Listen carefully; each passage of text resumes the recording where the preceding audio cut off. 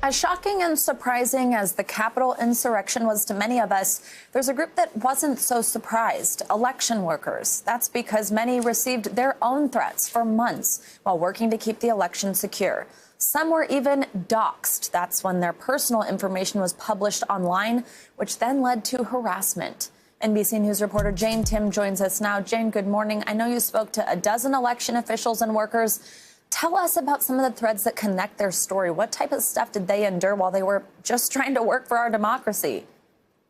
Yeah, what's remarkable is how similar their stories were, how much shared experience you have from election officials all over the country, from Cobb County, Georgia, to Dane County, Wisconsin, to Maricopa County, Arizona. They all talked about very similar scenes, working through, as you said, months of abuse, death threats, furious phone calls, people who would fill your voicemail up with things like you should be in prison or Guantanamo or your family should be hurt.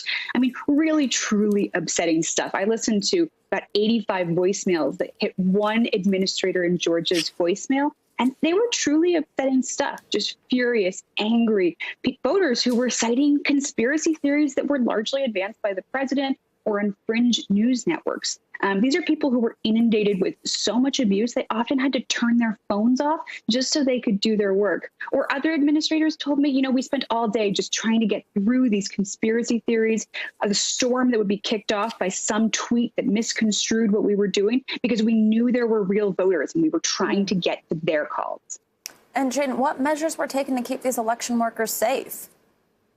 There were security details, police escorts, drive-bys. I mean, these are people who say, like, look, I'm a really ordinary administrator. I might be elected or I might be appointed, but they say, our jobs used to be like wedding planning. They were sometimes boring jobs, and now they need police escorts just to get to work. And we should note that pulling off an election in a pandemic, as you can see from these images, is no easy feat. They were already slammed before the conspiracy theories, before the lies.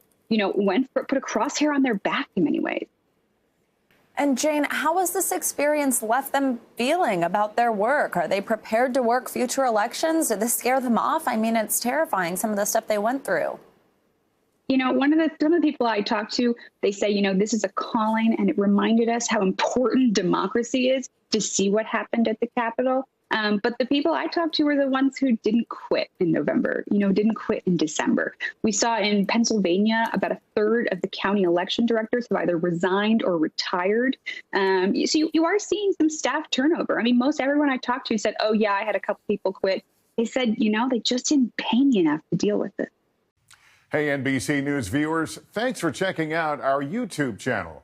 Subscribe by clicking on that button down here, and click on any of the videos over here to watch the latest interviews, show highlights, and digital exclusives. Thanks for watching.